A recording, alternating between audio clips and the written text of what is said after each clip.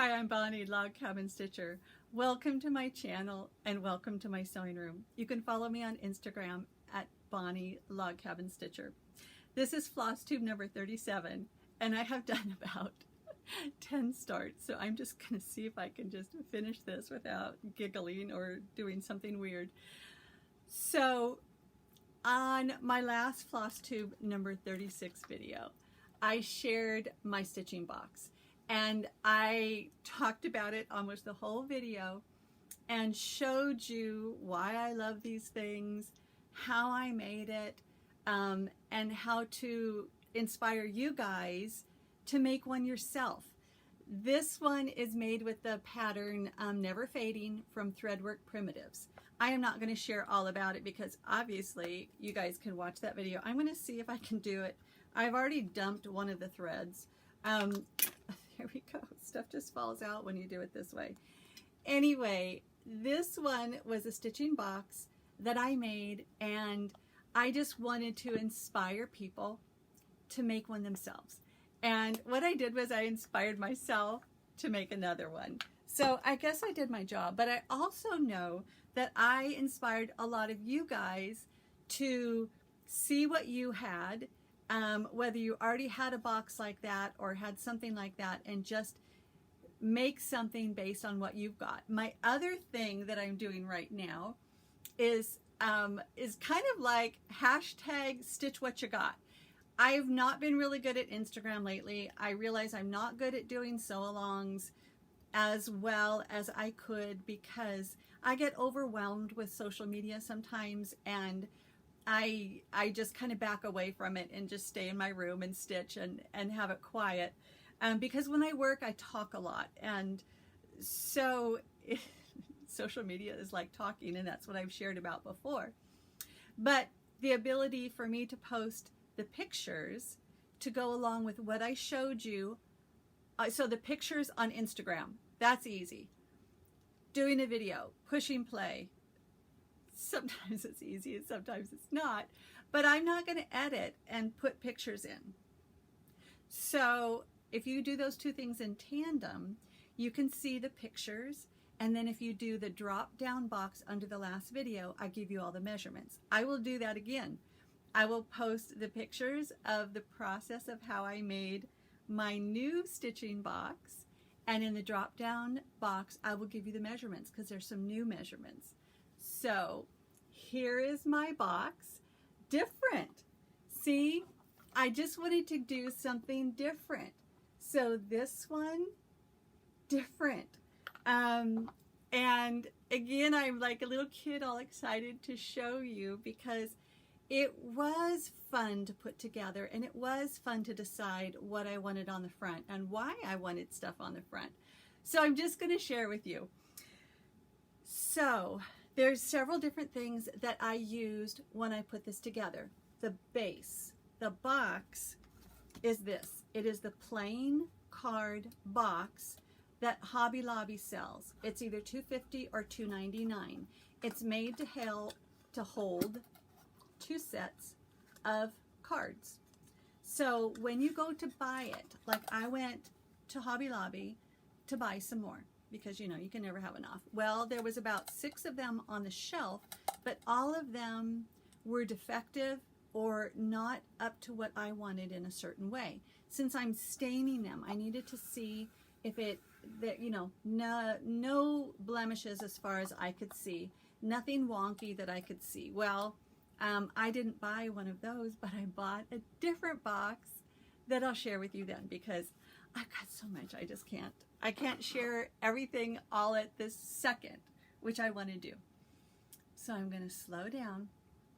This week, I should be all rested and chilled and relaxed because I got to spend a whole day at a day spa.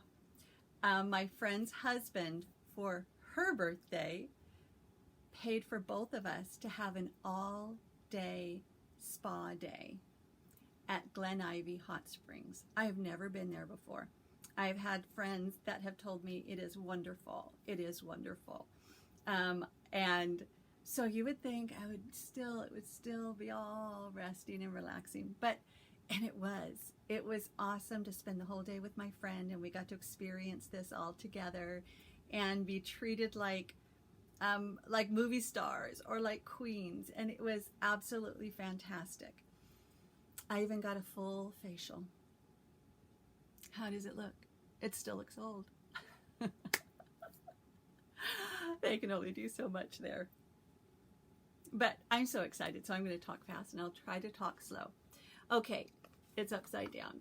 So here we go. Let's start just with the pattern. It's a free pattern and it is available from the Primitive Hair. Now, here's something that I'm going to share with you that is not any invitation for drama. I don't do drama. But what I do is share my heart and my faith in these videos. So here it comes. I learned about the Primitive Hair through this pattern. I went to go get this free pattern. She's very generous, has many, many free patterns. This one, Love Never Fails. A lot of people were stitching this last year at or was it this year? This Valentine's Day, 2021. I don't know when it came out, but I went to go get this free pattern. Now, Love Never Fails. That's from 1 Corinthians 13, verse 8. Love never fails. And I thought, oh, I love it. So I have a whole file folder. I'll show you with I've got freebies in the front. And so I've got free charts and then stitch charts. So I have a lot of free charts that I want to get stitched out and get inspired. So I've got that. I still have not stitched that one yet. Now, as I was scrolling down, I saw one that I loved the design of. I loved the design of this. I love sunflowers. I love bees. I love grungy. And I thought, oh, I got to get that. And I saw Letha, and I thought, oh, that's an unusual name. And so I printed it out and I got it and I love it. I love this pattern. But then I saw Letha Summer Solstice and I thought, oh, I need to know what that is. And so I just searched Letha, and it's a pagan celebration of the summer solstice. And I thought, well, as a Christ follower, I'm not going to do something that's pagan, even if I stitch that up. So I thought, well, I'll just do something else. So what I had planned to do was to take the book that I have, the Brenda Keyes magnificent book of motifs, and I was going to pick out a border. What I didn't realize was those borders would take up much more space than the pattern that I had. So I thought, okay, I could stitch bees, I could stitch honeys, and I just thought, I just want to finish it and I want to get it made up. So that's what I did. So I took that generous free pattern and I did it my way. And so that's what I want to do. So now in that, so I took this pattern and I just left off the wording, and I was going to just do it like this, just small. But then there's so many things that went into this. Then you see this linen? I think you can see, I can see when I'm looking at it, all these very, very super cool flecks. This linen is called Cosmic Platinum, and it's from Dames of the Needle. And I ordered it. I don't know if it was a limited supply because I went back on eBay, not eBay, Etsy, where I got it off of Dames of the Needle site, and they only have the Ada cloth right now. I kind of think it was a limited edition, but I don't know. But because I was going to make it into a needle book, because before I got not overwhelmed, before I just like got obsessed with sewing boxes, stitching boxes, I was obsessed with needle books. Oh, that was 2 weeks ago. Now I'm into stitching boxes. So I had cut a big piece of linen out so I could just do whatever I wanted with it. And then I just thought, well, I can't bear to cut that off because I love my fabric, whether it's linen or whether it's fabric or whether it's wool. So I will be very conservative with how I cut things. So I thought, I can't waste all that. So I was playing around with the different sizes, and I had shared on my last video, but what I use is the cardboard. You can buy chipboard. I believe that's what this is, but I've never bought it because this is just the base cardboard of what I get my layer cakes, my pre-cuts as a stitcher. I'm a quilter. So I get pre-cuts, and since I've been learning I'm going to use these for flat folds, I've saved them. So I just cut several different sizes out because I loved this size, but I needed to do it this size based around what the design was. So since this box was going to be a lot smaller and there was an imperfection, so I used the Brie Wax Tudor Brown, and when I did that there was a patch of glue on there, and so it showed a discoloration, and I knew I could sand it down. I thought, I want to get this done. So that night was when I was playing around with how big could I make it. So I cut it smaller, and then I realized, well, I really loved this, and so I played around with it and I cut it this size. So if you want to do that size, I did all this. So these, I will put these in the drop down notes, but this is how I made all my notes on this. That size was 4 by 4.5 is what I cut that. And so what it left was a really cool border.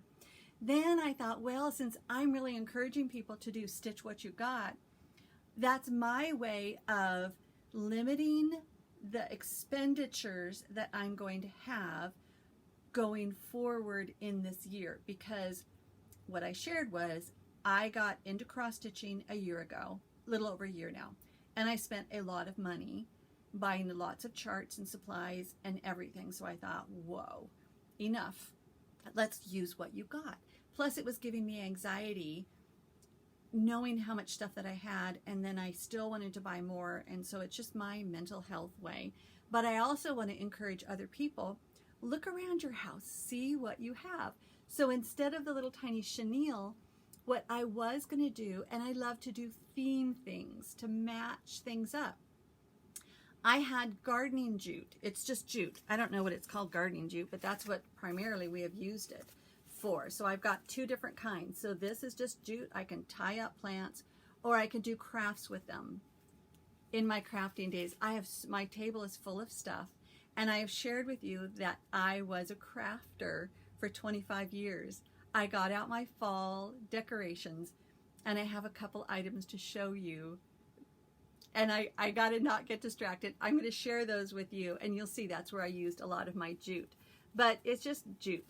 And then I also had this one that was more for flowers, flower arranging. It's just a light one. It's a white one. So I've got options. Well, I wanted it darker. And so I had a cup of coffee. I was finishing it, and there was a little bit left. And so I just pulled some of that jute off. I put it in my coffee, let it soak up, both of those, both the cream colored one and the tan one. I put it in there, and it absorbed it, and that's what I was going to use around the edge, because I thought these garden jute, it just worked with me. Well, what it did was it covered up all the brown, and I didn't want to do that, but I was hoping to hide more of the fold over, and I thought, well, the only time I see it is when I show you guys. When I'm looking at it, it looks like this, so I'm just going to leave it that way. So if you watch my last video, I really show how I got this on very flat and how I did that. So last video, so I'm not going to go over that again. Now, I have a big collection of vintage buttons, and I have a big collection of old things, because I have always from my childhood loved old things. So I made this box is sort of a way of displaying my collection. So just to show you how I went through and I found a bunch of buttons, I have, this is just one of my things of buttons. This is a neat old antique jar, and I have, these are the buttons from my family's collection. So because I used to love playing with buttons when I was a kid, I told my mom, I want these buttons, and so I'm the one that inherited all her buttons, and there's some here. I've got some in displays all over the place. Let's get some of the stuff on the floor. Well, what I did was I sorted out, oop, jiggle. Oh, that was holding you guys up. You're probably going to be crooked now. Or no, you're not going to be crooked. I'm going to be crooked, but that's okay. Do I need to fix that? Do I need to fix you? Maybe that's better. Maybe that's worse. But you get what you get. Okay, So I went through, these are some of the buttons that I have already pulled. I'm dumping everything. And then I went through and found some more. So you see I have more skeleton keys. And I just have buttons. I even had this that I was going to put in there. But just marvelous old buttons.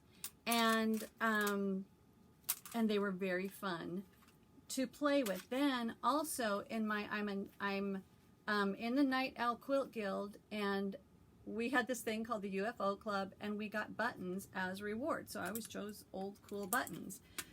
Then I have another jar. I'll show you that in a minute when I explain that. So let me have a drink of water to calm down.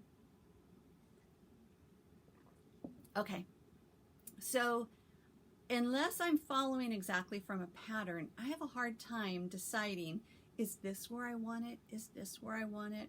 So I played around with a lot of different ideas. And what I did was, at first I had tons of buttons down on the side, not the big one, tons of buttons. And then I would have it and I would walk by it and I would think, do I like it or not? And I think, no, I don't like it. So I would rearrange them, come back and walk by it again and see, did I like it? I did that so many times until I came up with this placement. Well, I knew I wanted the key on there, and since these bees were up and over, I thought, oh, that's perfect. That's where I put that. Then I was going to have a bunch of small buttons here, and this was going to be my needle minder on the inside. And then I just played with the size, and this is what I came up with. I am not sure if this is an old button or a new button. I was playing around so much with my buttons, I can't remember, but isn't that, I loved this, and I loved that that was, you know, this is silver, that's silver, this is the dark, and this is the dark. So I loved it. That's how I came up with it. Now, how did I attach these? I could have used the Aleene's tacky glue, but I have the E6000. So if you're new to doing this and you want to go purchase some things to make the stitching box or something else, E6000, they call it an industrial glue. And I also, because this is what I learned about when I was doing my jewelry making, you have your glue, and because my tabletop here is my nice cutting board. So what I did was I had something disposable, and I set my glue on top of that. And if I needed to clean up the side of something, I have all those toothpicks, and I would clean up. I would twist that and pull it up and clean up, and then I would put it on that trash bag so I didn't get the glue on anything else. And I can tell you, they're there and they're sturdy. So if you're going to go purchase those, when I was looking at Hobby Lobby, and did I go to Michael's? I don't think I went to Michael's. I think it was just Hobby Lobby. You can get this. You can get the smaller ones, the smaller bottles. The benefit is they will have a smaller opening.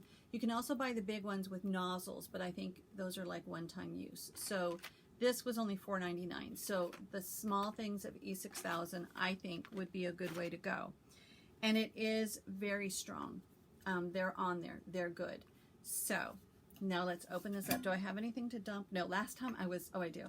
Last time I was dumping stuff out all over the place. I'm going to show you. So this one is a little bit different than my last one. And I got a big smile on my face because I love collecting. And I love, it's like that saying, well, I don't even remember what that show was. I just love it when a plan comes together. This took a lot of time and a lot of trying out. When I did my last stitching box, all of the pieces were wool, and they were all a matching wool. Well, I didn't have a big enough piece of this one, which was my final decision, to make matching. And I thought, well, if I'm encouraging people, other people, and myself to stitch what you got, what do I got? And so then I had this in my scrap pile, and then I just had a small piece of this and a small piece of that. So here we go. Now, this is the pattern, and you will see it is just half of the sunflower. Then this is the pattern, the bee, the little bees, the crown, and the sunflower. All I did was I took that sunflower and I did a mirror, so I stitched that, flipped the pattern over, and did a mirror image. And then to make it round, I just added 1, 2, 3, 4 stitches to make it round, those stitches of that color. I'll share the threads that I used in the drop down, but I just did it to make it round. Then this right here is this. Now in the pattern, that second row is not supposed to be exactly staggered like that. I didn't pay attention until it was done, and then I wasn't going to redo it, and so I just left it. And so I thought, well, I'll do it according to the pattern on this one, but because of the way of adapting it to this pincushion, this is how I did it. And I will even share, you know, this was 6 to do this spacing. This is a 36 count linen. I forgot to share that with you. 36 count linen will get you this. Then if you want to adapt that pattern too, this 36 count linen is the same. So it's all the Cosmic Platinum. To do it this size, I did 6 spaces in between, and then there were, I believe it was 16 across, 15 across, and these were 18 across. This was heirloom gold. This was amber. Oh, I guess I am remembering. The brown was dark chocolate, and the black, you could just use a DMC black for all this mattered. I got mascara. I got the Floss color mascara, and I can't, you'll see, it's either from the Gentle Arts or Weeks. It's just a solid black. It doesn't look over dyed to me, and I know dye lots can be different, so I thought I'm just going to use it up on something like this. So that's how I did this. Now, I shared on the last video that about how I used 8 pieces of batting to get that thickness. Now, there is different ways that you can do this, and this one is where I can pull it out. So you can see a close-up, but I wanted that height. And now I know you can do some mattress style is kind of what this is called. And there's one that I'm going to share with you, unless I forget, in a Blackbird book, that there's a seam there. But this one, I just did it as if it was a present. That's how I folded this one. The other one was folded different. And then I laced it, and because I have some brown upholstery thread and I wanted to use it up, that brown isn't going to show, but this is magnificent. I love this linen because it looks just like something that somebody would have had in their garage or in their attic, and it truly is that primitive style that I love. And I love the flecks of color. I have a lot that are more what I would call molted or mottled. Molted would be what birds did. But this one being the flecks was absolutely fantastic. So if you can see, I just folded it like the present because I wanted the sharp edges. Let me pull out this guy, and I did it differently. Can't remember now how I did it. This is the other thing. I realized I had done my other one way too tight, so I needed to loosen it up because it was doing like a girdle or a bra that's too tight. It was doing lines, and I had done this as tight as I could, and that's where I had some lines, and so I was trying to readjust it, and this is how I did it. I just thought it's not going to show. I didn't realize it was going to show you, but this is what we do. So I just had blue tape. I was not going to redo it, and I was just able to fiddle with the lacing, and that's the great thing about the lace. You can fiddle with it because I needed to get rid of some of the lumps and bumps and to adjust it a little bit. So the edges are done this way. You can do it either way, but because I wasn't pulling it as tight, I think that's why I needed to do these corners, because I wanted it to lay in there flat. And that's what I wanted. And when I did that other one, I shared that I wanted, because I will use it like a real pincushion, and see, it comes up and I like it. But then you have to think about that. As it goes down, it takes up the space down here, so you can only have something very narrow. This is an old pair of stork scissors. These are either mine that I got on my honeymoon in Solvang, or they're my mom's. And I think they're my mom's because I think I had kind of ruined mine, probably using them with crafts. I'm going to take that out since since it'll just drop out anyway. So, oh, I glued this in, but, oh, I know. I learned, don't do things like this when you're agitated, because I was a little annoyed at life when I was making this, and I ruined this one. Because when I trimmed, it ended up cutting the fabric, but this is all I did. I have a piece of very thin template plastic, and I just cut it. The light's coming in now. I just cut that piece, and what is that size? Now I have this. This is what I'm using as my template. It's 2.5 by 3 3/4. That's the piece of template that I'm using to cut the wool, cut the template, and so this was just an easy one, and it's not going to show, so you can just do it really simple. That's even with packing tape, so it's like kind of folding a pattern, a present. So that's how this one is, but I glued this one down. So that's glued down, just a piece of fabric, but it matched, and this was in my scrap bin. So again, stitch what you got. This one, I loved that the lines on the bee and the lines of that piece of wool, I glued this down.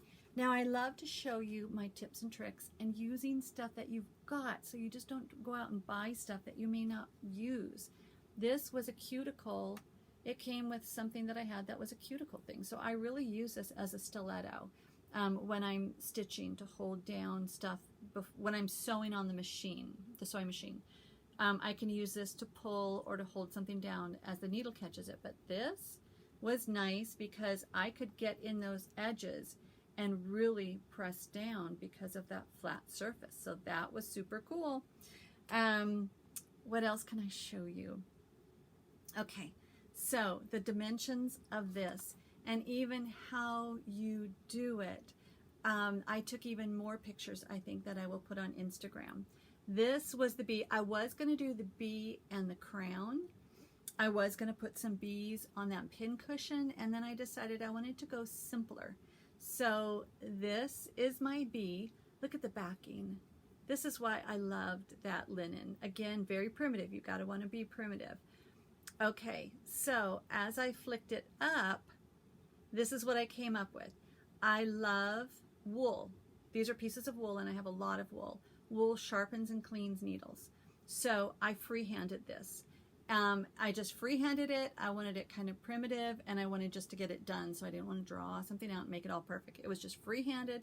Then I just did a piece of black because I love, I usually use 3 different needles. So my general stitching is just maybe sewing up something, which is where I'm sewing, you know, I had to sew up the edges. So I have like my regular sewing needle that I would use for that. I have a cross stitching needle. I have a embroidery needle that I would use for my hand quilting. And then what was the other one that I had? Hand applique needle. So I usually have several needles, and I always like to have a pocket because I have these, my fingertip thimbles from Colonial, and I have, this is my last one because I have so many stitching containers, my ultrafine threader that I got from Peacemakers in Costa Mesa. And I said I ordered them in bulk last time, but it's only because they sold one and you can just buy however many you needed.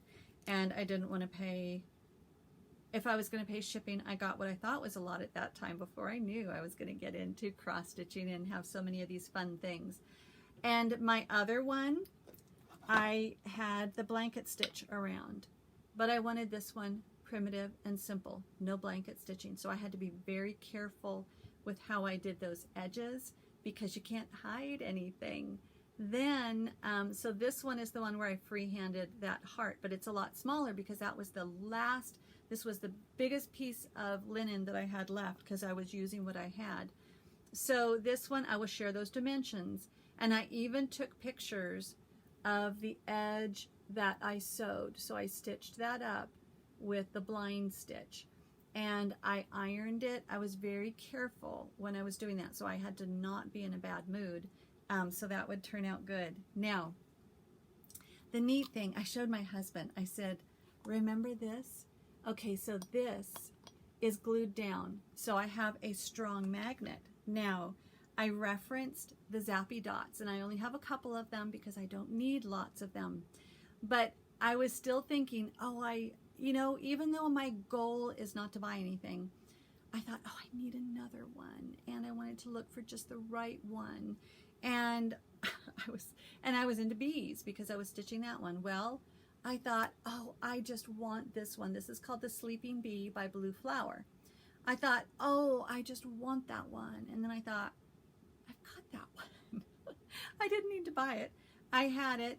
It was the base of my BenQ light is magnetic, so I had it there as a display, and it had fallen down.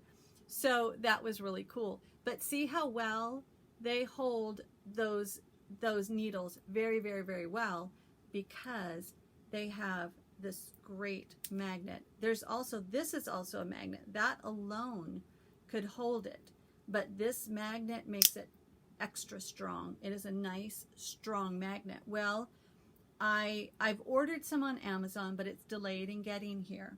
So what I did was I just took one of them, this back magnet, I just took off of one of them because it's super strong, and I put it on the back of this. This metal tag excites me so much. Oh, that's so weird. I just lost my needle because I went to put this by the Zappy Dot, and you know how magnets attract or they deflect? That's what it did. It went to move that thing and it shot the needle somewhere. If you hear me yelp, I found it in my bare feet. Okay, I'll find it later, hopefully. So here's the story. Everything has a story. So this story, I don't know if you can see this. We can take that off. There we go. We're going to take that off and put that on there. Okay, if you can see it, it is a tag that we have had for about 25 years. It's been in a drawer or somewhere or another. This one says Italian Vineyard Company, 99 Ranch. I think it says Ranch 1. Anyway, I just thought this will be the perfect way to display that, because it's been very special in our life. I've had it, but I haven't found a way to display it, just like these skeleton keys. And that's what I really wanted. This button I was going to use in here, but again, I wanted to tie everything in with the bees. So bees, I am sure bees are like, everything has to get pollinated by bees. I'm an organic gardener. My bees are safe in my yard. I don't use pesticides. I don't use synthetic junk. My bees are safe in my yard. So I thought, we need to keep bees, and I am sure the vineyards, I'm sure that grapes flower first, and if not, I'll learn that. But I just thought that would be perfect, and I needed this nubby wool to really make this stand out. This is twill tape. I wrote it down. It's twill tape from, where did I write it down? Oh, in my stitching journal. So I'll get that in a minute, but I think it's from Lady Dot Creates. It's just the dyed, it's the dyed, over-dyed twill tape. So it's just twill tape. And then this was another cool button that I really wanted to use on the front, and it didn't work out. And I thought, okay, that's where I'll put it. Then, before I forget, there is another button. Now you can see I sanded this. There was a bit of glue on the front, kind of like this glue on the back, and I tried to sand it off, and I could not, because I did the wax one time, and then I wanted to try to sand off that glue, and I re-waxed it. Well, I could not get that glue off of there, and I thought, well, I'll cover it up. I think this is a newer button, but again, it kind of looks like sunflowers to go with this. That's a newer button, probably from Joann's or Hobby Lobby, or maybe, I don't know that Michael sells buttons, but it had the loop on the back that kept it a little bit away. So I just got wire cutters. I've got big wire cutters, so I got wire cutters and I cut it off, but I had to push hard to clip that off because I wanted it flat. Well, the button went flying one way, the end went flying another way, and I thought, well, that's great. I found the perfect button and it's gone. But luckily it hit my quilts and it bounced on the floor. So that's just what I used, but that's where I wanted to do the Stitch What You Got. I wanted to use this box and make it work. So this was 2 coats of the brie wax, and I did a little waxing to make, a little sanding to make it like that. So the story on this, so the story on just this old thing. So again, I was like, because I'm a collector, I just thought, oh, I just searched. It's a wine. It's like a winery keg, or somehow it's a metal wine tag. So I just searched metal wine tags. A lot of different things came up, mostly new ones. Well, I knew this one was old, so then I searched vintage, and nothing really came up. And because I thought, oh, I want to buy some more. It's crazy. Here I find a way to use the one I had to make me at peace, and then I want to get more. That's just my crazy mind, but I know I'm not alone. So then I searched Italian vineyard CO just to see, are there other ones, because this was 99. That's where I found the story. So the story of the vineyard, which ended up being the largest vineyard in the world. It's in Cucamonga Valley. So the largest vineyard in the world at one time. And so I went in and I was telling my husband, oh my goodness. And it was so neat reading the history, because there was, I don't know, because Cucamonga is building up. We've been here 34 years. Cucamonga is building up crazy. And I don't know if that vineyard is still there or not. But at one time, because our Jake was probably 5 or 6 years old, we went there and they served breakfasts in the vineyard. I think they were trying to find a way to make money because there wasn't really, I don't think there was really a working vineyard at that time. And it was close to the airport. The Ontario airport's right down there. And that's probably where the Ontario airport used to be the vineyard. I'm just guessing, but I still want to read about it. But it was so exciting. So I went down and I was telling my husband, because it was, I just remember it was called like Guasti something or other. And so those are all the names in this area that I live close to. And so it was all based on the history of that. So I just searched it. I think it brought me to Wikipedia. So it was just very neat to know that that little, so that tag, we were walking all around it was a big area at the time, but again, that was like 25 years ago. We were walking around after we had breakfast, because it was like these ginormous pancakes that you literally felt sick if you ate the whole thing, which I'm sure I did. And so we had to go for a walk. And we were walking around these abandoned little bungalows, which I realized they brought workers over from Italy and they would put them up in those bungalows and they would work the vineyard. And I told my husband, that's what those abandoned buildings were, because they were like falling apart. So in the grass, we were just walking around, and I don't remember where it was exactly, but just in the grass, I found that.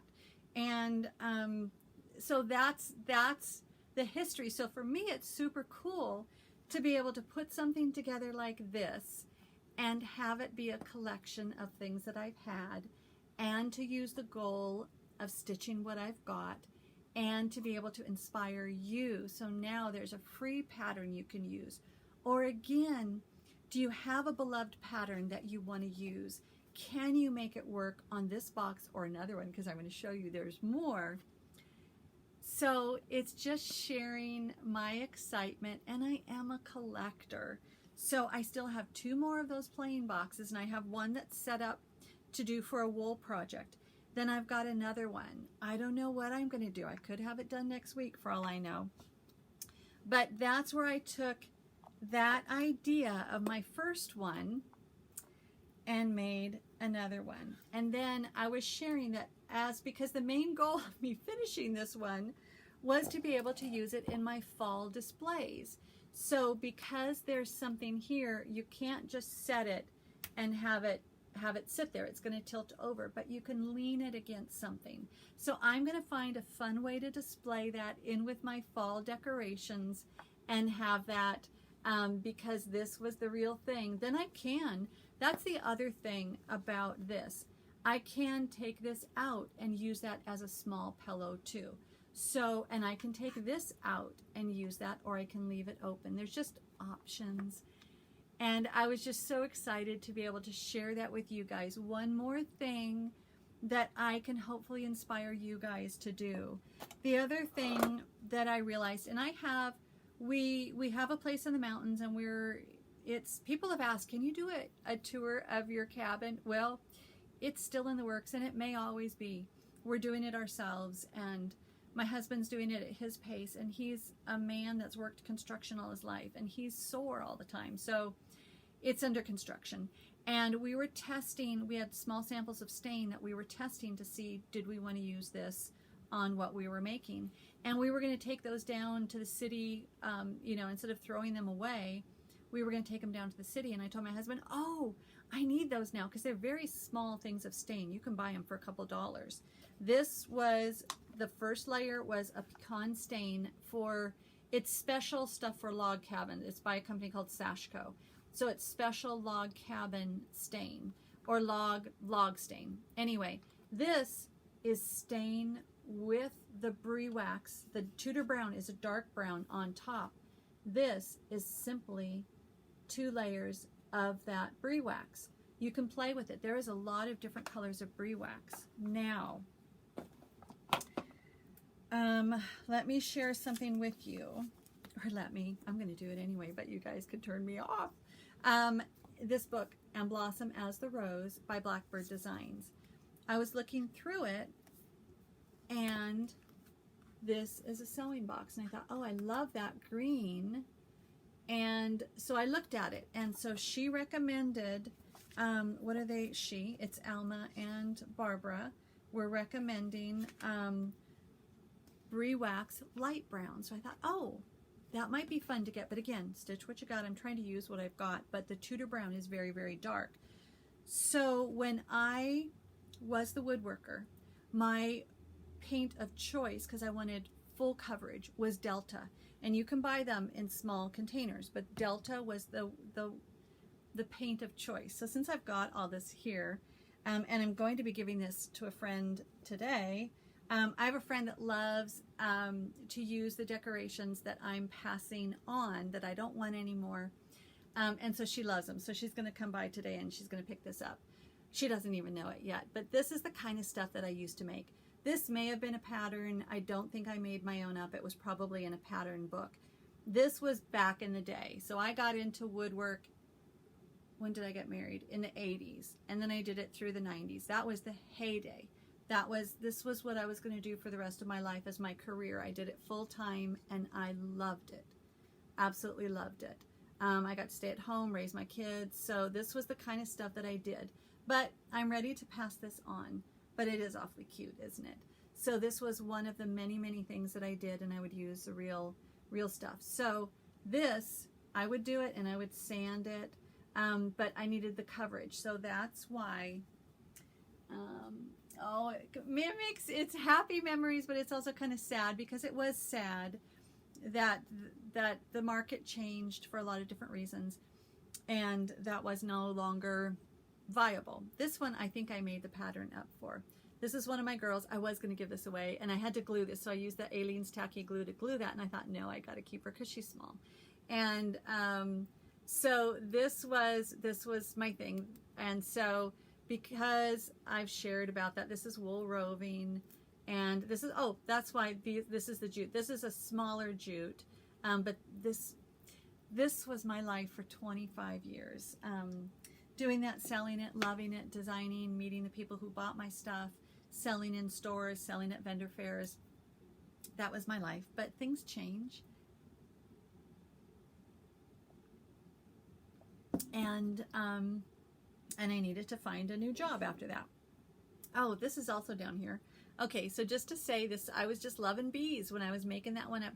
This I got at, so my friend's mom, Barbara Cheatley, had an antique store in Claremont, and I was shopping with my friend, and I said, oh, hey, I've got one of these. Do you think your mom would want it, and maybe she can sell it in her shop? And she said, didn't I tell you my mom retired? And it's like, what?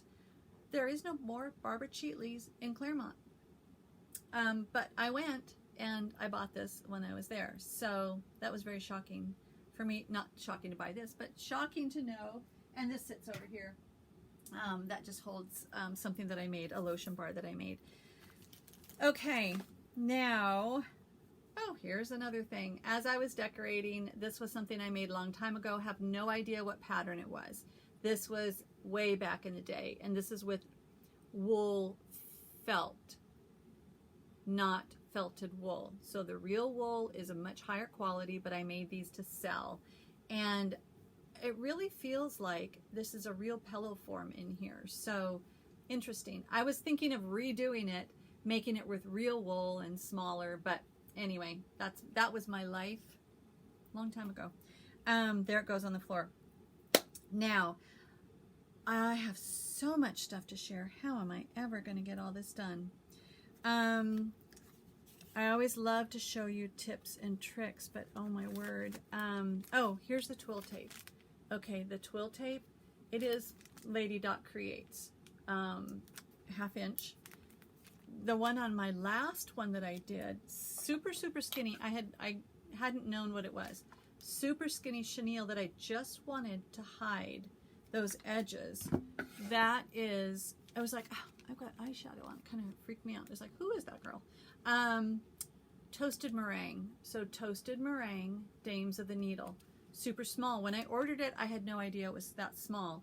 There's all different sizes of chenille, and it's like, how do I, like if I want to order a super skinny one again, how do I know?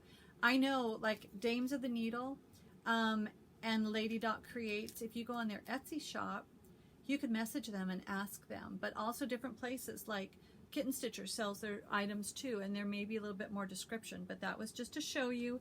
Then this is the other thing to share, how I save my scraps. I've talked about these on different places before, but I like to have like a catalog. So I just have scraps of paper. So I wrote Cosmic Platinum, 36 count Dames of the Needle. So that way, yes, so cool. So that way, if I want to try to look and figure out what linen I might want to use for a project, if I don't have it anymore, I have this piece because I can just see this one, Old Town Blend. That's what I used for the inside. Was that what I used? Oh, that's what I used for the whole. This is the last. So that was it from this. Old Town Blend, 36 count. But I'm just keeping all of these in a bag. I'm just going to shove this in right now. But in a bag, so I have all my little scraps just as a way to keep track. And on a video, one where I was at my dad's in Colorado, I kind of mentioned what I was doing and asked what other people do. So there was a lot of comments about that. Different ways to do it, but that's what I'm doing for right now. And when I did that seam for the needle book, I measured because it was a scant 1/8 that I did. There's a place I use a walking foot on my sewing machine most of the time. And there's like a little gauge, it's just part of the walking foot, but I use that as a gauge, and I didn't realize that was actually an 1/8 of an inch, a scant 1/8 of an inch when I did that needle book sewing. Okay, what else can I share? Okay, here we go. So last video, I was just sharing how I had got this box at Hobby Lobby, and this is a magnetic one. So I didn't get this done because I was doing my bee one. So I'm going to use this scrap that I had on here. Now this is the small one. This one is $2.50. I know because I got the bigger one. So this bigger one actually has the tag, and I'm going to peel it off, but just in case you guys need to see it. That may not even, and I don't have my glasses, I can't read it for you. It's Woodpile Fun, but it's $4.49. But this one, one of them was broken. You know, it's just like you gotta, when things are really inexpensive, sometimes they're broken. This is one, it does have a magnet, but it's not as strong as it could be because it's bigger. So I wrote down the dimensions. So the inside dimensions, 8 5/8 by 4, because you know what I'm going to do with this. I'm going to make a stitching box. This one, did I write down the dimensions? No. Oh, but I wrote it down here. So this one is 6 1/2. So if you want to try to figure out what you can do with something like this, 6 1/2 by 1 3/4. Then this one. So I thought, oh, this is nice and deep, so I can put my balls of Valdani in here. I shared my Valdani, I think in my last video, and someone asked, can you share more about them? And I know I shared about them on one of my videos, but I have no idea which one it was. So I am going to do, I look really washed out because the sun's on me, but whatever, I'm washed out. But I am going to do a video just about Valdani, and I'll share all about it. I'll probably make it hours long to show, but when I'm doing my hand quilting, this would be a great box to fit my Valdani because they're balls like this. So it's not really super flat, so that would fit in there just fine. So I'm already dreaming up what I can do with this. Do I want to do something on the inside? What am I going to do? Or the inside top, the inside there. What do I do on the front? So I was just looking and I thought, oh my gosh, I am so into these right now. What can I stitch that would go here? Because I was pretty sure I didn't have anything in the works to go there. So I was just looking through my patterns, and that's why this one is going to be great. And so as I was looking through here, I thought, oh, maybe this is where I got more of the idea. So this is how, I can't remember if this was Barb or Alma made this one, but this one, I was going to show it to you sideways. This is, she called it a mattress pincushion, and it's made with a different kind of a seam. So this was, they were just telling the story of using vintage things. I think it was Barb, using stuff that she purchased, using even a needle that she had from her mother, treasures in here. So that's why I love blackbirds. Well, this would be a good one. So that is a sewing box, but it's just a different design. So that pattern would be perfect. It's 8.5 by 3.5, and it's called And Blossom as the Rose. So it's made to be a drum, and I already have this kitted up because I wanted to make this. Well, I may make it as a drum, or I may make it as that stitching box, just flat across there. And you know what? That would make a darling pincushion, that top piece. That's one option, so that would fit there. And again, I'm not looking to buy a pattern to fit that. Stitch what you got, girl. That's me. Sewing Club. And so I was, just because I knew there was tons in here. Look at this one. Okay, so it's right here. This one fits that dimension as well. That one's 8 3/8 by 3 3/8. And that would be using, okay, so that's the thing. This was 30, so this one is made with 32 count Heartland. So you can always change up. You can change up the size of linen to help you accommodate. Now, I don't know about you guys, but I have an app, X, so it's the X Stitch Plus, and it was $10. I want to say it was a one-time $10. I can keep an inventory of my threads, which I do, my fabric, which I haven't really done that well. You can do all sorts of things with it, but I love the calculator, so I'll use that calculator, and I can put in, you know, however many stitches high, however many stitches wide, and what count per inch, 36, 32, and the border, and 1/2 or whatever. And I can come up with that measurement. And so I love using that. I'm not sure, okay, do you use another calculator? I don't know. I'm not that way.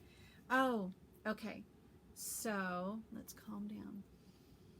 Think of the relaxation of that day at Glen Ivy with my friend. Okay, so I have lots of old things, and I was playing around. I thought, what could I do with this? It usually sits in a bowl over there that I've showed before with my little strawberry that I bought. I thought, oh, so this one, if I trim this, so if I trim it so it's equal, that would be perfect to go inside here. So that could actually be, that could actually go in there as the bottom, and it would look beautiful. It was painted or stained. That I could have in there all the way on the bottom. Then I have so many old things. This is another jar. A friend of mine was the caretaker for her neighbor and inherited her home because there was no one left in the family, and she was anyway, she inherited her home, and there was lots of stuff inside of this. I already had this jar, but look at, this is how usually up on top of my quilt bookshelf where I have lots of stuff. I think it was my video FlossTube number 8. I actually shared, it was a quilting video, but I shared that whole corner of my room, and of course lots of stuff about it. This is on top of that bookshelf right next to my mom's. So this is Catherine's stuff, and look at the treasures.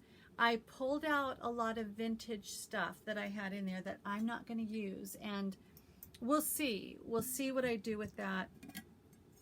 But what I have, look at this. Wouldn't that be fun? I know I've seen people make needle books out of vintage paper. This is called ephemera, vintagey or paper things. So this can open up, but isn't that beautiful? So this is real vintage stuff. The price is not on there. Look at this. Very 60s and or 50s, 40s. Goodness knows. There is a lot of stuff in here I could use. Just so many fun, beautiful, vintagey things that my mind is just going and going and going on what I could make next with a box. Do I want to have a box and open that up and be that on the top? But this is beautiful twill tape too. So just so many things. And I had done a video, and it was a video.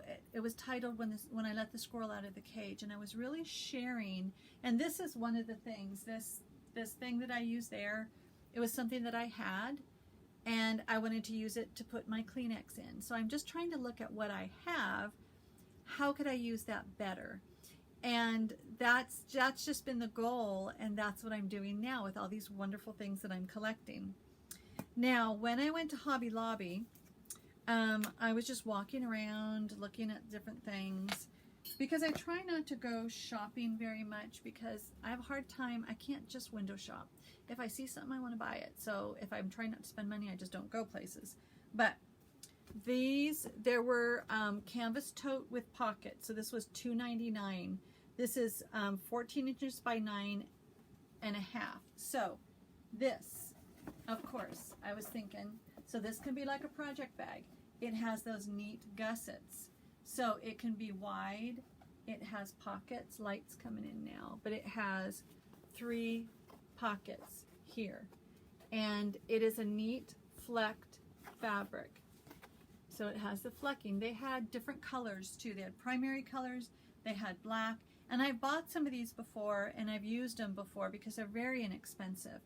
Well, I thought, what would it look like tea dyed or coffee dyed?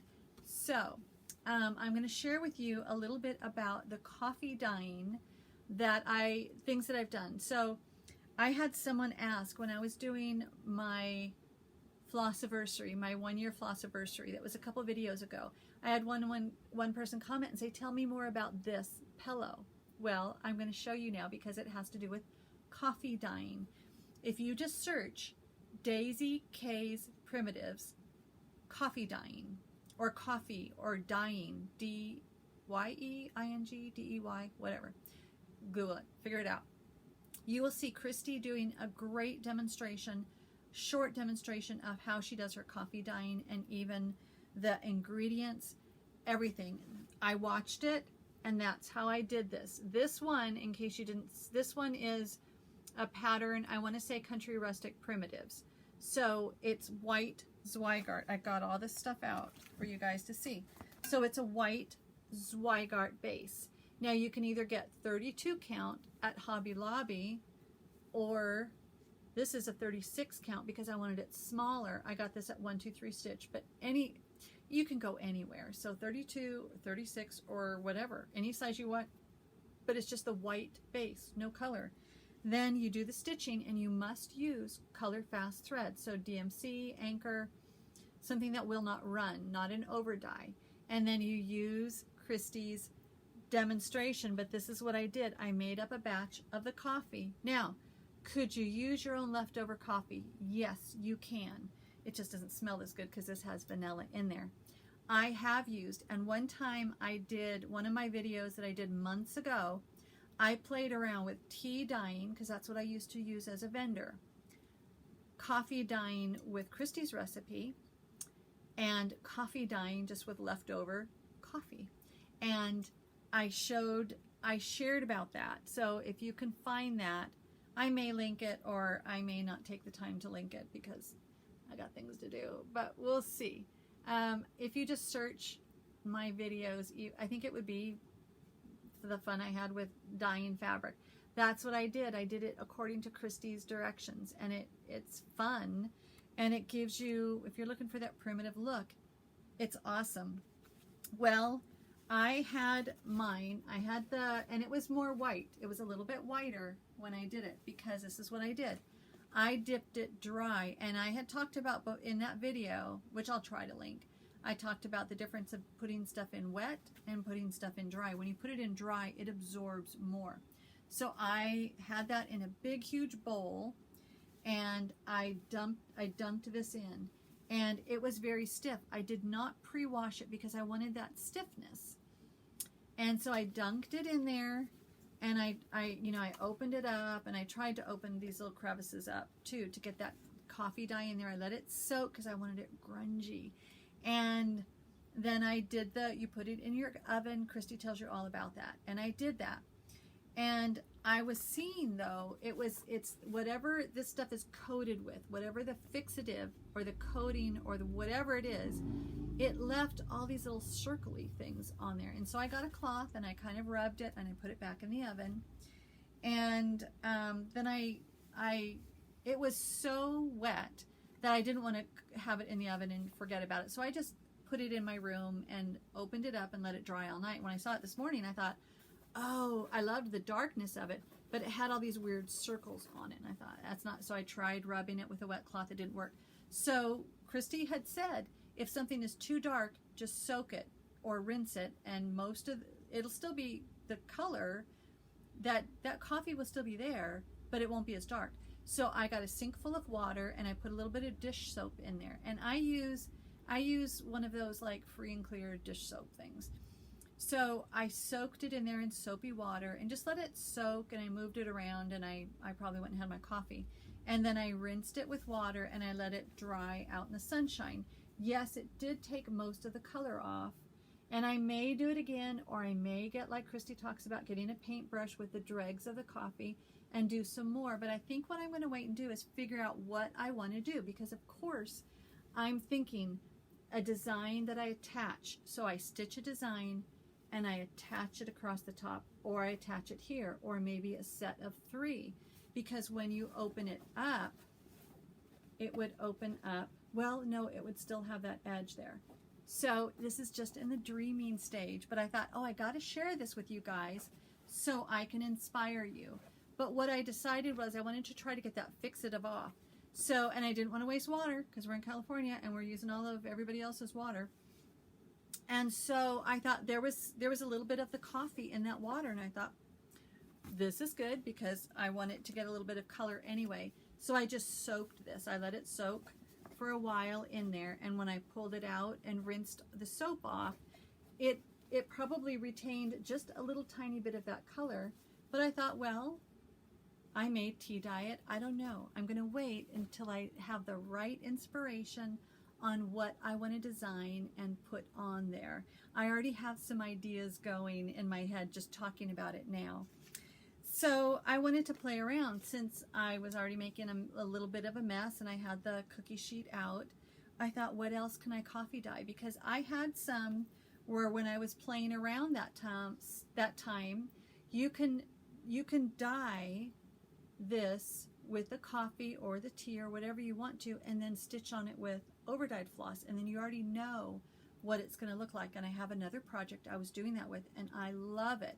And as I'm trying to save money and trying to stitch the stuff that I've got, I thought, how, this is like as cheap as you can get, and just using my own coffee, that would be a cheap way to dye my own cloth. Well, there was a sale at, I think it was Kitten Stitcher, and I got this 32 count smoky white. I realized too, I love 36 count. When I was new, and that's the other thing I would recommend, instead of just buying a ton of stuff or buying everything as it's recommended, wait until you find out. Do you like 32? Do you like 36? Do you like 40? Do you like 46? Do you like some of those crazy other ones? Which there's no, I tell myself now there's no way I could stitch on those higher count because of my eyes. I need a new prescription. And I use my magnifying lamp. But my favorite right now is 36 count. So I had a bunch of this 32. And I don't do white. This is beautiful. It has a little bit of gray in there. It's called smoky white. So I had a big piece of it. So that is still left there in case I want to do something with that. But I coffee dyed this. And this was in, it smells, this is how I've gotten lipstick on something before. It smells wonderful because of the coffee and the vanilla. This was dunked twice. And you can see the coffee goes to the end, and it goes, it goes to kind of some lower places. So it was a little bit crinkly. And this is the second round in there. So the first time, it was basically just one color, and one side was lighter than the other. So you can see that. Do I want the lighter side? Do I want the darker side? I'll probably want the darker side. But when I did it the first time, it was mostly just one solid color. So what I did was I crinkled it up, I wadded it up, I dunked it in the coffee like that, and I squeezed it out like that because I wanted the coffee in funky places. And so that's how I got this one. So it is fun, and I'm not going to mess around with ironing it because when I did it last time, I sprayed it with water and I ironed it, and that coffee kind of displaced a little bit. So again, this is primitive stuff.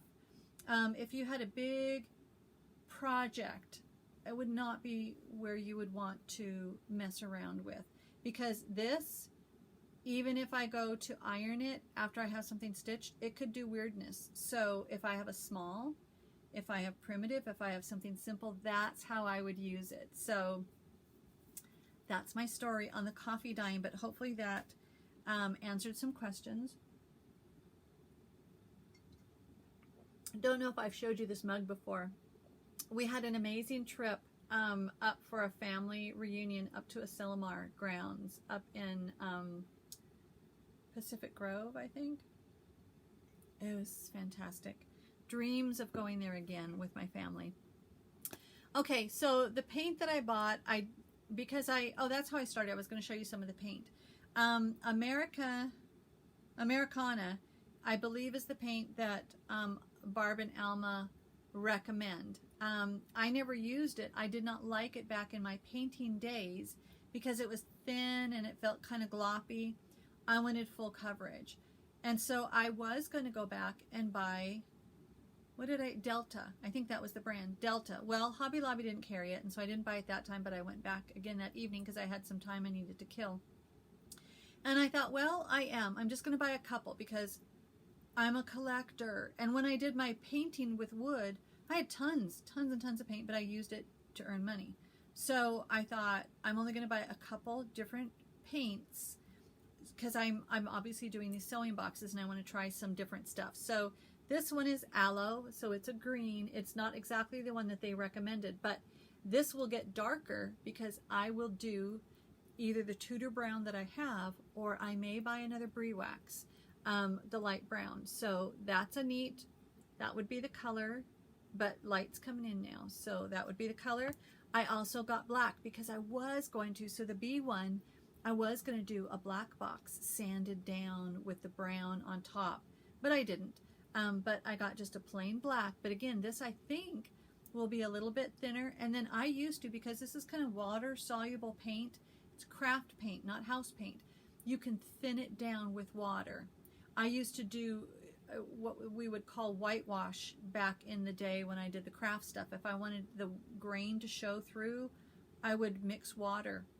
You can mix colors. You can do all kinds of things. Beautiful red. This one is Napa red. This one, raw umber. Dark brown, which is what I may use that little skinny box for. Dark brown, of course, I could sand it. And then I got this one, see, like all these colors up here that I like. Khaki tan. Simple. I just got these colors. Now, I know I could use this. I could use the light to lighten this up and probably make it a pink. I could use the black to darken any of these up. I used to mix paint all the time with my woodwork. And so that's what I got. See, I did good. They were on sale, so I only spent a total of $5 and got those paints. Then I was thinking, how can I do that? I do have a bunch of my old craft paint brushes. I saved all of them, and I had a lot of them because that was my work that I did, and I bought them wholesale. I can use that, but when I do the stain, I thought, I don't want to have to clean my brush with the stain. I just bought these. I used to use these too for, there's so many things that I used to do, I can't even remember what I did. So this is just a value pack, 12 pieces of foam brush for $3. So will that work with a stain? I'm going to give it a shot, because then I could just dispose of that carefully, because I know stain can start things on fire too. I'll be smart when I go to do that. But that was just a way. So those were some things that I purchased, but I thought, yes, I'm not going to say I'm not going to purchase anything. I'm just trying to use the things that I have. And if I need to purchase something to help use those, I will. Now, this is a small thing. So if you're going to use the Aleene's glue, this is a smaller one, but it does have, because you cut the top, I did cut it a little bit big, so it does come out a little faster. And as I was doing the sewing boxes, I really wanted a thinner one, so I had to be careful. I'd use my fingernail, or I could have used a toothbrush. And this is turbo tacky glue, so that's pretty cool. Then I bought this, because this is a collection. So this is $5, Aleene's collection. 2 just regular tacky glue, clear glue, fast grab, and quick dry. But the one thing is, when I was watching Vonna, so when Vonna, I think it was her flat fold, she bought something, I think it was a cake decorating place that delivered that glue very, very, very thin. And I thought, well, I'm already here at Hobby Lobby. I don't like shopping. I'm already here. I can cut this tip. I can even do it with a needle or a pen to make it very, very fine. So obviously I didn't need more glue, but this was just an economical way. Instead of buying a bottle, I've already got in here, and then I could refill it, because that is an unscrew top. So those were my things, and I do love sharing tips and tricks. So, and I know you guys appreciate them, because a lot of people have told me that too. So thinking about what I will be now doing in the future, and I do want to finish up things because I have fall. Today is beginning of October. Today's like October 4th. So I will leave my fall decorations up until the day after Thanksgiving. That's just generally what we do. I love Thanksgiving. I love fall. I love Thanksgiving. I love all those sweet decorations that come with it. And I think what I'll do is, I did set up my front room. I think I'll take pictures and post them on Instagram. There's only one thing that I bought. I bought a plate. My friend and I went shopping, and there was a pumpkin plate that I bought. And it's like, I really, aside from real gourds and stuff, that's all I really want to buy as far as decorations, because I have a lot and I don't have a lot of space. So I thought, what things can I finish? I keep talking about finishing this one. So this is the, and I have it out now because it's like I would really love to do it. So this is the Let It Be pincushion by Kathy Schmitz. And I even ordered something from her site, and you can buy a piece of this tape. And you saw where I showed the piece that I cut off, because that shows that I didn't buy it just for that, because I was going to do something else. I had a charm that had a bee on it. So since I already ordered something from her shop, I got that. So that's something that I have in the works that I want to do. And then these are some whips. So what have I been working on? Fall. So this is my beautiful fall bag. And this is all about the Cosmic Platinum. I started something more. So when I was kind of introducing you guys to my concept of Stitch What You Got, I was saying, instead of buying new fall patterns, let's use the fall patterns I already have. That's what I wanted. And I really wanted to not get you guys always to buying unless that's what you want to do. I would really like to encourage you to look through what you have. So now that I have that as my goal this year, if I pull down, let me try something.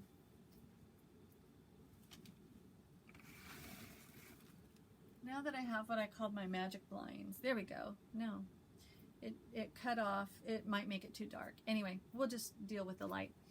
I was really saying, look through what you've got and see what you can stitch.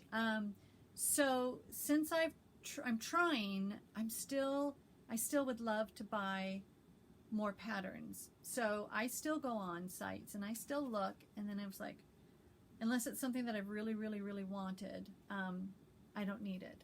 It has been more fun. So I will take my basket of patterns that are not kitted up yet and my cup of coffee and go on my couch out on the patio in the mornings, and I will look through what I have, and that is so much, excuse me, so much more calming to me than the mass buying, because it was coming with guilt because I've already got so much, and when am I going to have time to stitch all this stuff? So it has been very good for my mental health to use what I have. So I'd like to encourage you guys to do that too. And I kind of think of that as I'm sharing more stuff, but that's what floss tubes are about. It's about sharing what we have with you guys.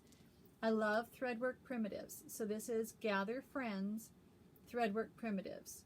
Oh good, that will show without. So threadwork primitives, Gather Friends. This I almost went on because it is actually a dames, they recommend it's a dames of the needle, like North Beach or something. And I was looking for it. That was before my determination to stop spending. And I was going to order it, and I thought, no. I showed you guys in my Flossiversary my huge box of linens that I have. So I thought, oh, how perfect, because I'm obsessed with this Cosmic Platinum. This is the piece that I have left. So I still have a good size left. So I've got two pieces on here. So this is what I did yesterday, and I made a purpose of using that splotch on there because I want it to look primitive. So I spent all morning yesterday and I got the alphabet done, and I am using, the other thing is I was thinking, oh, a green acorn. Yeah, there's green acorns. The ones at our mountains are green before they ripen, but I keep thinking, oh, I'm going to change the colors. And part of my goal with my mental health is I realize as I'm trying to find that perfect color, it gives me anxiety sometimes. So I thought, just stitch it. I had all those called for colors. Stitch it, do it, don't change it, and it's beautiful. So that's what I'm doing. So it's the called for colors. This was Havana and this is Moss. I think they're both weeks. I'm enjoying it. Then the other thing that I was doing is, this is another freebie, and I shared about this before. Stone Street Stitchworks. This one's called Thank Wool. Thank Wool. So I have this started, and I had planned on doing a needle book, but now I'm also getting kind of obsessed with small pillows. So who knows what I'm going to do with it, and I was trying to do color conversion. There's a ton. For a small project, there's like 8 different colors. And I realized I was trying to do this color conversion. I thought, stop, just do the DMC colors. So I already had a couple that were started. So I was using, already the turkey was Tatanka, beautiful dark brown. And then I had done, I had already done a couple. I tried cinnamon and I think that wasn't working. But I already have some stuff with the dark chocolate and sassy brass. Is that so cool? Sassy brass, yes. Overdyeds are awesome, but if it's a smaller project and it's not going to show and it's going to drive me crazy, DMC. So look at these. These are all the DMC colors that are going with it. So we've got some of the overdyed, let's see, some of the overdyed and some of the DMCs. And yes, these ones are the overdyed, these ones are the DMC. So I thought, just use those. And if I can make it work, I'm going to make it work. So as I had these all kitted up, I could feel how it was helping me get more restful, because I wasn't thinking it's going to take forever, because that's what I've shared before. I can take anything and turn it like into brain surgery, and I do that with quilts all the time. I did it with this quilt. This quilt, I've already done a quilting video about that quilt, and I'm guessing I did the thumb. I always try to make the thumbnail on my quilting videos the main video that I'm going to focus on. So I would bet that is a thumbnail on that quilt, and it is quite fun. But yeah, I turned it into brain surgery. So this guy started, but I wasn't really happy with those colors. So using that, but I left enough room so that if I do decide to make it a needle book, I have enough linen to make that a needle book and be able to open it with that linen behind it, because I've made mistakes before. So I'm really enjoying stitching in the season, and I want to get more decorations. I have room for some more in my room. Now, as I was finishing up September, Sampler September, that's where I made my sampler box. I'm not a big sampler girl yet. I know, like Celeste, I just watched her last video, Celeste Creates. She loves samplers. So many people that I've been watching love samplers. I'm not there yet. I have a couple samplers, but I like smalls, and I just like different things. So I was thinking about sampler, and I talked about this last video, and I was just thinking in my head, what do I have that has the alphabet on there? Because that was my choice of what I wanted to stitch on, stuff with the alphabet as my way of doing a sampler. And when I have a finish, now because I finished all the stitching pieces on that free pattern from the bee pattern. At this time, this is when I start losing it. Okay, so what was that bee pattern? That was from the primitive hair. I finished it and I wanted to start something else. So I thought, what do I want to start? So these are DMCs. So I thought DMCs are gorgeous. I've loved these colors. And so this is the other thing. I love these colors. So I got that called for linen. This is the called for linen is 40 count straw. That's the other thing. When I was buying, I bought a bigger piece of straw because I love straw.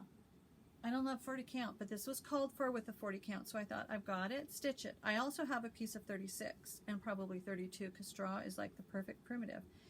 And I was stitching it, and it was kind of Friday was a full day, and it was kind of stressful because I just had so many things that I had to balance. I was going from morning till night. Good things, but just I had a lot to balance. So I would sit down. It was fun because it was come sit with me, or come sit down, just you. This is the pattern, Me and You by Lottie Da. Come sit down, just me and you. Look at how different this is, the called for. So look at how different those colors are. So I thought, I've got the called for, let's do it.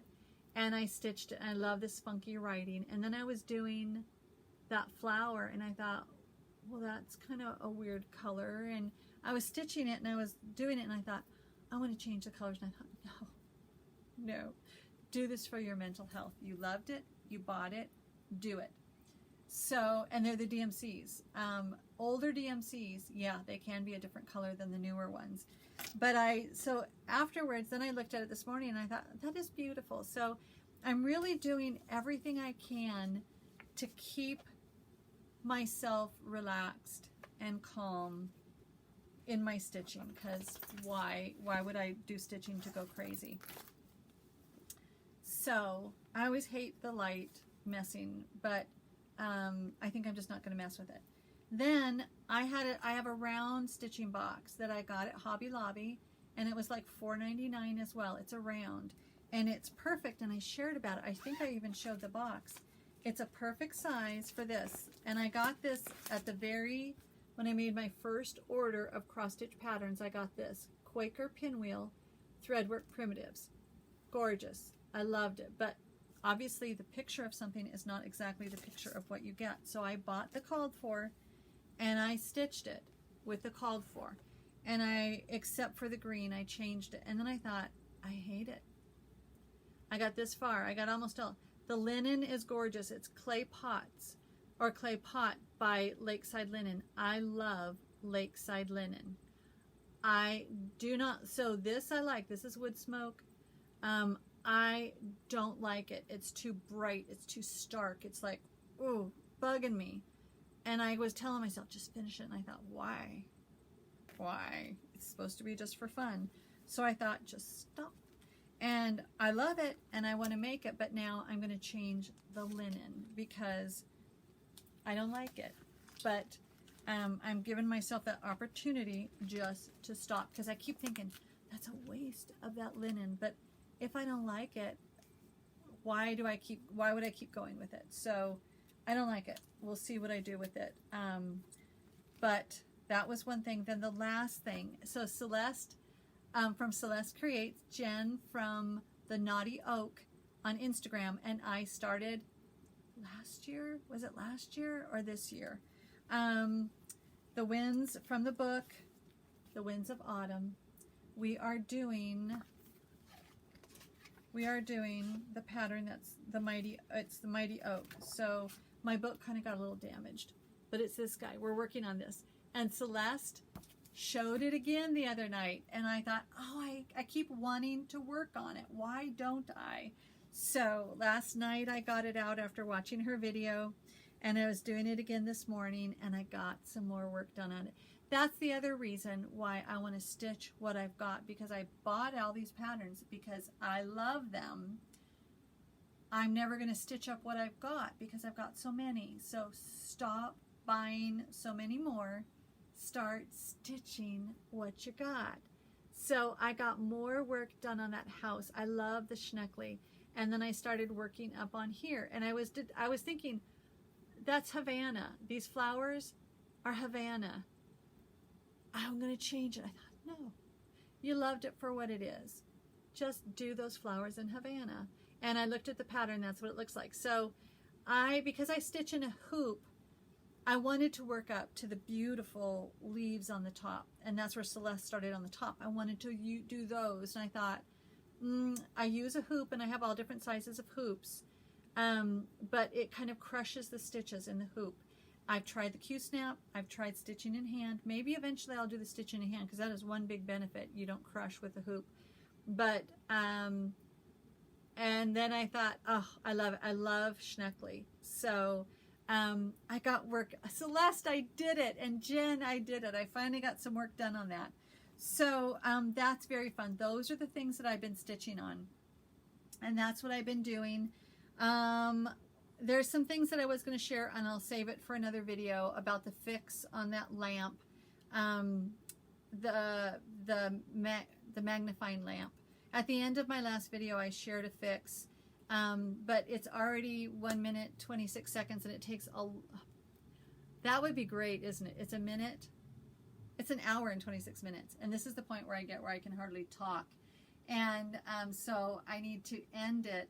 So I'll share more about that lamp and the fix that Kimberly O'Boyle helped me come up with.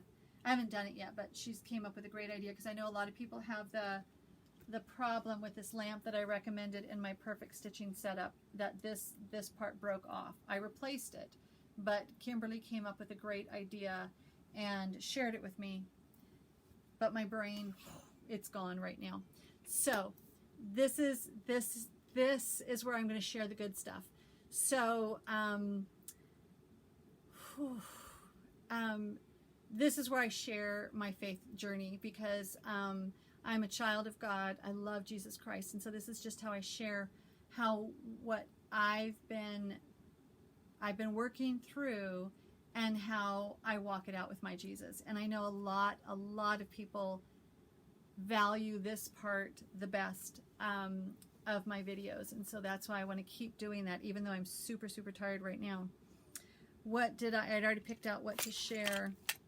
Let me think for a second, because where did I even put that? Where did I put that? Did I have that in my Bible? Yikes. Stitching journal, just a second. Yes, that's where I put it. Okay. So as I was sharing about where I got that free pattern from, and the concern that I had about Letha on there, and I thought, I don't want to create any drama. Everybody has their choice of things that they want to do and participate in or not participate in. But I just thought, since so many people know that I'm a conservative Christian, when people will go on that site, and again, she is so generous, and she is a beautiful designer of work, and there are many, many free patterns. And I had just looked at those free patterns and chose what I wanted.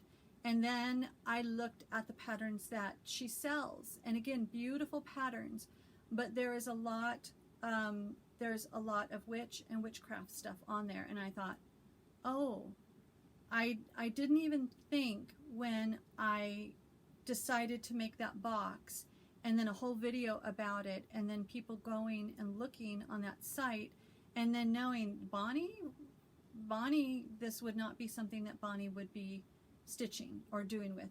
that's where I did not want to create any drama. But I know in my life, I have filters. So my filter, this is one of the, when I'm wise, this is one of my filters, my Bible. And because this is God's word. And so already when Bible verses, memory verses are going through my head. So the love never fails. You know, that's the 1 Corinthians. And just that whole chapter for 1 Corinthians 13 is amazing about love. And then I know there's a Bible verse. I taught it to my Sunday school kids. 1 Thessalonians 5:20. Test all things. Hold fast to what is good. Abstain from all forms of evil. So I know that if I love and want to honor my Jesus, I will not be a part of witchcraft things. That's my choice. That's how I live my life. And that's why I did not want to create any drama, but I knew I needed to speak about it because of the confusion that it could cause those of you who stay to the end and share my faith in Jesus. So that was all. And I've really been concerned and prayed a lot about how to do this video because I do not want to dishonor the generosity of all those free patterns. Yet I knew I needed to speak about it. So that was where I prayed a lot about. And I was looking up different verses on what I wanted to share. And there's tons of things that I would want to share. But I would like to close it out with this. And that's where I was like, oh, I'm going to close it out with this. And then, oh, no, I'm going to close it out with this as I was writing verses in my memory notebook. And then I thought, let's close it out with this because the way that I found myself into the primitive hair was through that Love Never Fails free pattern. There's also a beautiful Valentine's pattern, a Valentine pillow. So I'm just going to read 1 Corinthians chapter 13. It's the greatest gift. So here we go. It is beautiful. And so I have been very stressed. I have been very depressed. I've been very concerned seeing where our nation is being taken. Our nation is being taken. And the concern that my husband and I have shared with each other and all that. So last night I went to bed and I just thought, I was just downhearted. It's just seeing so many things I'm concerned about. And I just thought, I just was downhearted. And it's like, I am here. God has a plan for me and I don't want to waste my time. I want to be filled with love and I want to show that love no matter what. So I thought this is perfect. The greatest gift.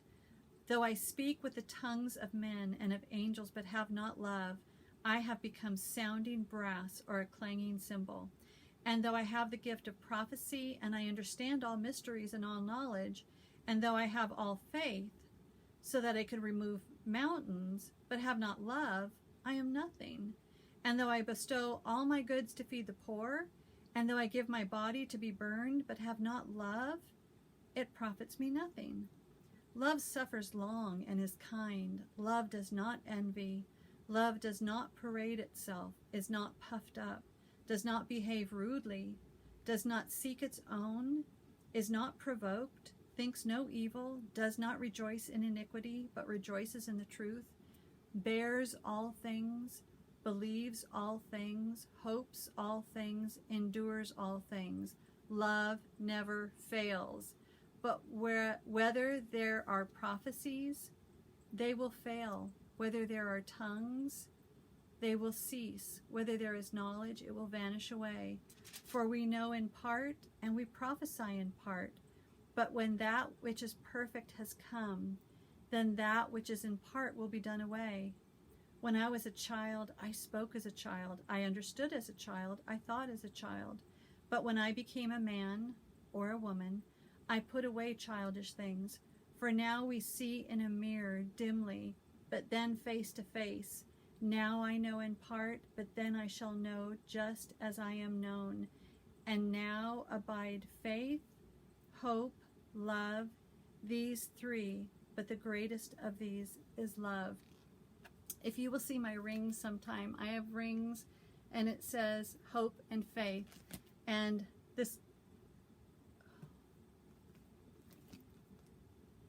this one had love on there. This is my wedding ring. I just put it on to do this video, and look what happened.